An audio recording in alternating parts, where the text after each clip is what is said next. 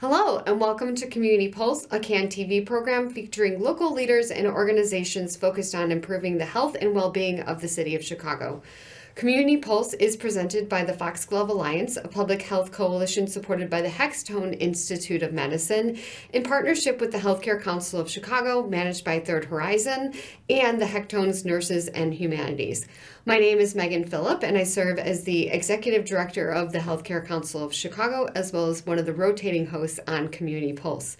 Today, I am so excited that for Community Pulse, we are celebrating and uplifting those remarkable contributions and drivers of advocacy year-round in numerous ways. But for October, we will focus on several important issues, as well as proud to highlight today and recognize National Disability Employment Awareness Month.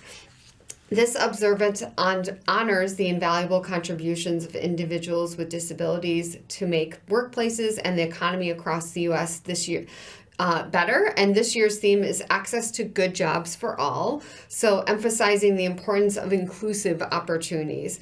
Today, I'm joined by Ashley Eisenmenger, who will share some insights into her impactful work of Access Living, a nonprofit dedicated to representing and advocating for people with disabilities here in Chicago. So, Ashley, welcome to the show. Thanks so much for having me. It's such a pleasure. So, before we dive into your role at Access Living, can you share a little bit about yourself and how your personal and professional journey has sort of shaped your understanding and passion for equitable inclusion for people with disabilities? Absolutely. So I'm a person with a disability myself. I've been blind my entire life. I actually got my start in advocacy at a pretty young age. I found a way for myself in adaptive sports, and I wanted to participate in high school sports, and that opportunity didn't really present itself for me. And so I kind of took it upon myself to learn more about how I could create my own access in sports. And in college, I kind of found my way into triathlon, which opened a lot of opportunities up for me, both competitively as an athlete, but also to advocate so that other young people had the same access to sport in their kind of educational backgrounds. And it's really informed what I do now for Access Living. That's tremendous. So can you share a pivotal moment in your life or career when you realized the power of your voice and influence? It sounds like you recognized a need and developed your own pathway and have been continuing to advocate, especially for sports accessibility for those that may not have the same opportunities. So would love to hear a specific time aside from the tremendous work that you're doing in that space, or a little bit more about that. Yeah, so when I was in college, I had the opportunity to race varsity triathlon through the NCAA, and we learned that I was the first athlete that we know of with a disability that required kind of adaptation to sport to do that. And so it really gave me an opportunity to tell a story and kind of pave a way for other folks and other athletes. And now there are a handful of women racing at the collegiate level with disabilities, which is incredible. That is incredible. And I did not know that you were like the first. So, I mean, I am like standing amongst celebrity status here. I mean, this is just incredible. I just think that's, reading your background and understanding a little bit about what you are advocating for and a lot of the work that you continue to do both personally and professionally. That's so incredible. But I think that just paving the way for all those people to play sports more. And I hope that there are more accessibility. I would love to understand, like, what are some of the barriers that were in place that needed to be better assisted, and what are some examples of that for when you were doing it, and what other new things are coming out? It's really interesting because the barriers that exist in sport are actually similar to barriers that exist in a lot of other sectors for people with disabilities. Sure. And so one of the primary barriers is a lack of awareness and a lack of education on the part of the public.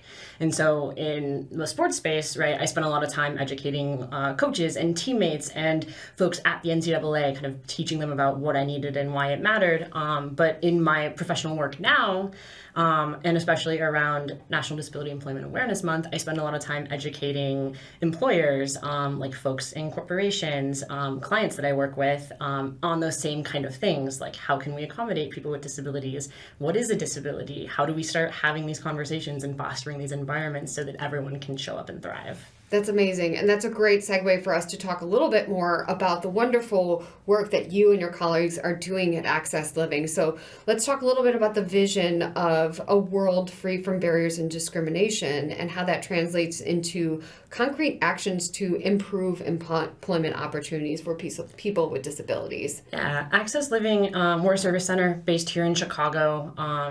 Our main goal is to help people with disabilities live self-directed lives in their communities of choice, right? So we want folks to be able to be as independent as they would like in the spaces and the ways that they would like to be independent. And so we have a variety of services and supports that enable folks to do that.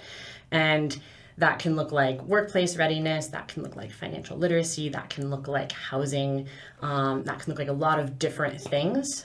We take a very holistic, person-centered approach to what we do and how we support folks, and we're disability-led and run. So we use a lot of lived experience and peer support to kind of empower and enable folks to thrive. And how does Access Living's mission to ignite disability power and pride guide your efforts during National Disability Employment Awareness Month? What specific initiatives are planned for this year or even throughout the year that really help to catalyze change within the workplace? Absolutely. It's so interesting because National Disability Employment Month is in October and folks are so excited and I'm so busy with clients and folks reaching out for training and education. But we at Access Living celebrate National Disability Employment Awareness all year round. Yes. Because we employ so many folks with disabilities and we work so hard to ensure that other folks outside of our employees also have opportunities to gain meaningful employment. And so it's an ongoing effort for us, but I think starting to have conversations like this and having opportunities to kind of educate people really lays the foundation for that work to continue. Do you think employers are eager for that? I think there's a lot of challenges to what inclusion looks like, and I can only imagine that as the tables continue to turn, that there are some changes in how employers are reaching out to you. So as a community-driven organization driven by people that are experiencing the challenges, how are you approaching the opportunities when people are open to that feedback, and what are some of the key pillars and guideposts for them? Yeah, absolutely. What's really nice is we get kind of a combination of approaches. So we have folks that reach out to us and they're like, I would love for you to come in and educate my employer. And then I'll also have companies reach out to me. I'm seeing a shift where a lot of times it's company driven and they're like, we want to be better. We don't know how to do that. Sure. Can you help us? And then it's really kind of opening the door for a conversation about like, what does true inclusion look like? Like, how can we start facilitating these conversations? Because there's absolutely people in every place of employment that have disabilities. And so it's not really if this is an issue for an employer, it's kind of a when will it come to the surface? And we're really eager to kind of help guide them along that journey. That's great. And so what are some of the other ways that you think about this inclusion piece as it really is a health imperative as well as an economic development one? I think it's great that what you already described is support for financial literacy and other educational things and a very holistic approach for a lot of the folks that you serve. But it's also, people's health and well-being and their opportunity to thrive in our community. How can we really kind of elevate that intersectionality, especially for the city of Chicago, our broader sort of ecosystem? Where does the rubber meet the road to helping to navigate that and elevate those ideals? I think understanding that this isn't simply put, this isn't just an employment issue. It's a housing issue. It's a transportation issue. Sure. It's a community-wide, like full circle economic equity issue. And if one of those pieces isn't in place, it's much more difficult for the other pieces to kind of fall into place. And so what I love about Access Living and our work is we are taking this problem and we're looking at it from a lot of different angles, and we're doing a lot of different things to try to make sure that all of those other pieces kind of can fall into place too, so that people with disabilities can live that like full holistic life.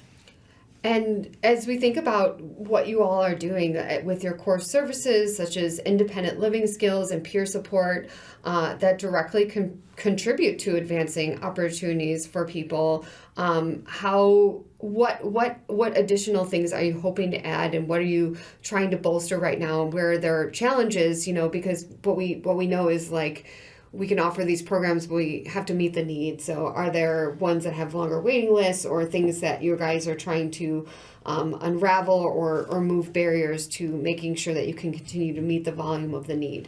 Absolutely. There's a significant need, right, across the board in a variety of our core services. And we've really expanded both our capacity to serve, right? Our organization has grown substantially over the last couple of years, which is great. And we've also kind of added how we can kind of serve people and meet people where they are. We're doing a lot of work in the digital divide right now with technology and technology literacy, because technology has become such a prevalent and integrative part of kind of our day-to-day lives as people, both from an accessibility standpoint for people with disabilities, but also just in a human functioning standpoint, right? We're always using technology.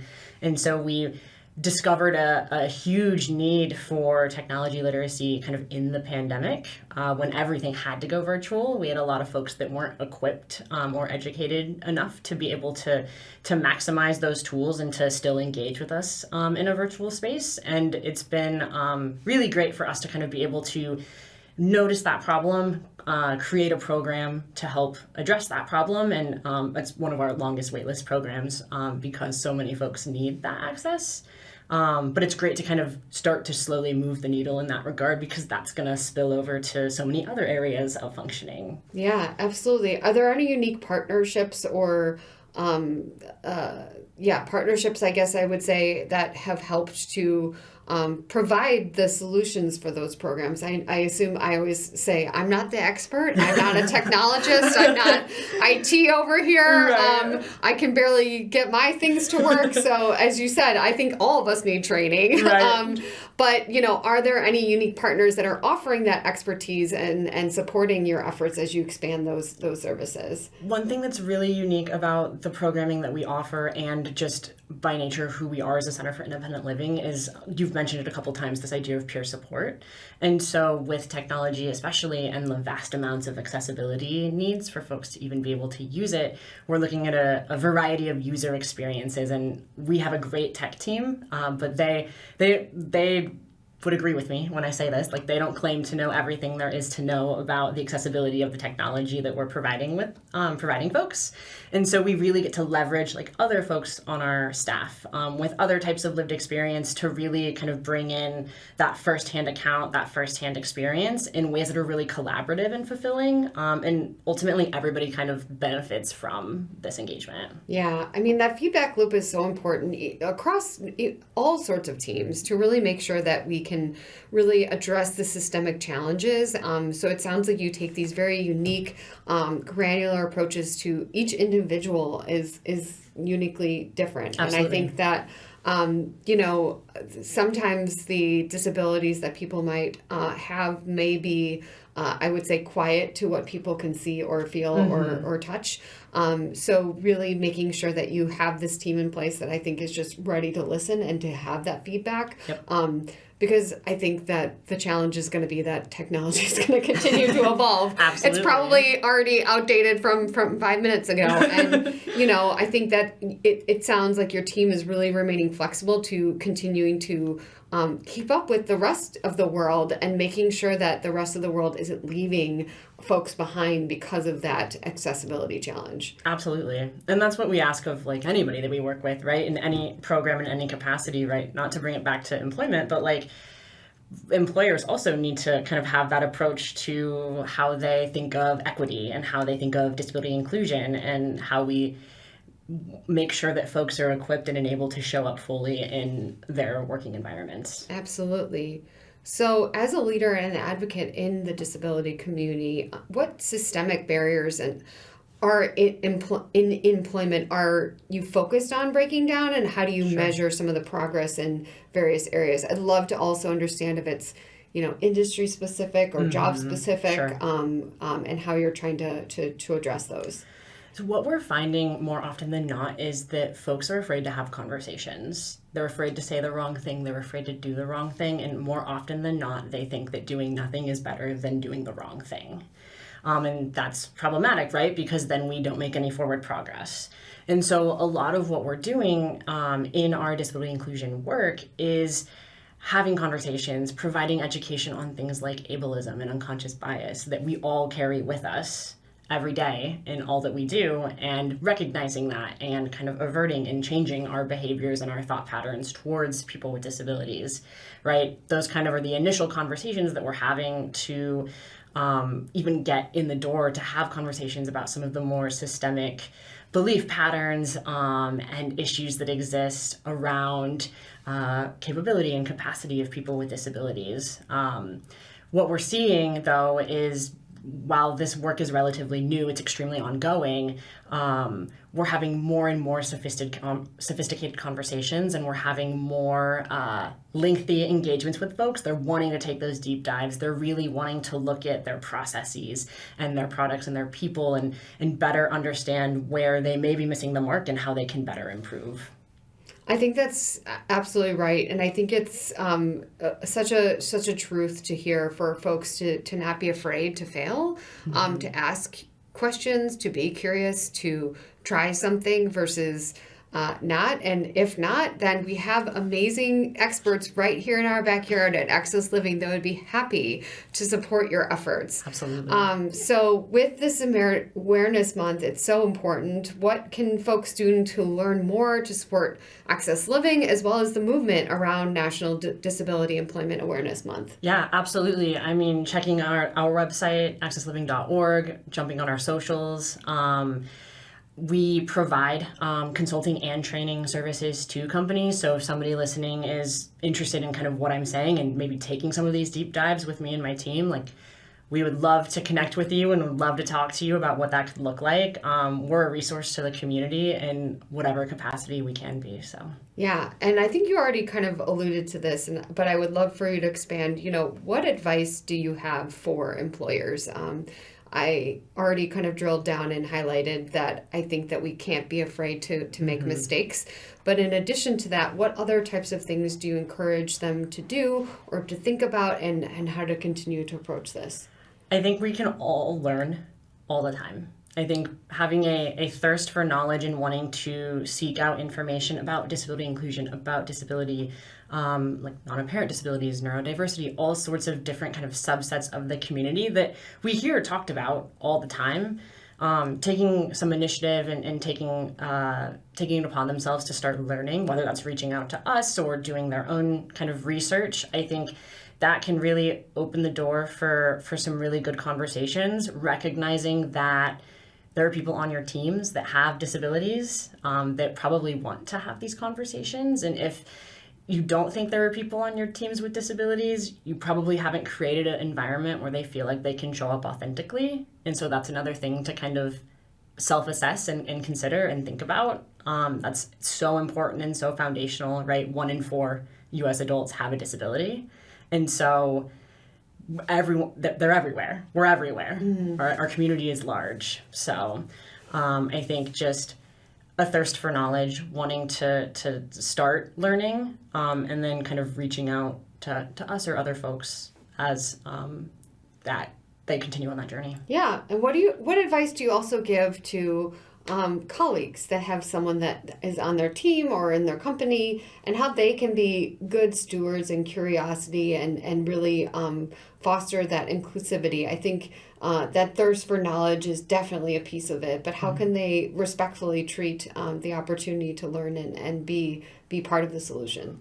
I think taking the opportunity to build rapport with folks on your team, right? We can't just expect someone to immediately disclose a disability, because they magically feel kind of safe and supported in our environment, right? These things take time. I also think generally creating a space where disability isn't a taboo topic, right? It's something that we can talk about, not just in October, but all year long, so that folks feel like they can show up with that piece of themselves. That's really what sets the foundation for better inclusion. I think that's great. And What other priorities are on the radar for Access Living for this year? Like you said, this isn't just in October related to jobs and employment, which is super important, but what other opportunities, both in policy and advocacy, as well as other expansive programming, what are some of the top things that are kind of on the radar for you and your team? Yeah, kind of as we were mentioning earlier, we take a really like macro holistic approach to equity and accessibility. And so we're doing a lot of work in kind of those barriers to full inclusion for people with disabilities. So we do a lot of work in housing, we're doing a lot of work in transportation, we're doing a lot of work in economic equity to ensure that folks gain meaningful employment and productive employment. It's very busy over at Access Living. Yeah. I can attest because you and your team are so gracious whenever I get to pick your brains and seek wisdom from you all. But I know that you are working twice as hard as just as many of us to do the work and to make sure that you are getting your resources into the right hands. So last but not least, how can people activate? What are the various ways in which people, whether they have a disability and they would like to learn more about what things they can tap in from you, as well as other stakeholders like myself and others that want to support in what ways they can? Yeah, absolutely. So our website is going to be your best resource, accessliving.org. We have community organizing groups and programming for folks with disabilities in the Chicago area. For allies, we have, education on our website, content and information that folks can read on our socials. We're a nonprofit. We're primarily funded via donation. So folks that would feel inclined to give in that capacity, we're always so grateful and gracious in that regard. But there are so many opportunities to kind of connect with us and engage with us. That's awesome. I also feel like I need to connect with Ashley for her tremendous ability to train as a triathlete. So keep that in mind, folks, that Ashley is available as a coach too. Go for a run. It'll be great. So I really appreciate, Ashley, all that you guys are doing. Is there anything else that you want to share with as we wrap up? No, thank you so much for giving us the opportunity. This is such an important issue, again, not just October, but all year round, and it's so great to be able to share. Yeah, I think that what we can all learn from this is that, as we look at Chicago's economic development and opportunities to really support all people and all accessible of jobs and job security, this month in particular is a time that we can raise awareness, but it's an all-year issue that we want to facilitate and look to Access Living, as well as our other partners and colleagues that can show us the way. So I want to thank Access Living for their tremendous work on the front lines and really doing this work and offering their programming and services to our community. I also want to thank CAN TV's nonprofit services team for supporting the production of today's program. My name is Meghan Phillipp. Thank you so much for tuning in to Community Pulse, which airs on CAN TV Channel 21 and is also available on cantv.org. You can also check us out on our YouTube clips on the CAN TV Community Pulse channel. There's lots of ways to engage. I'm really grateful for the opportunity to sit down with Ashley today. Stay well, Chicago. We'll see you next time.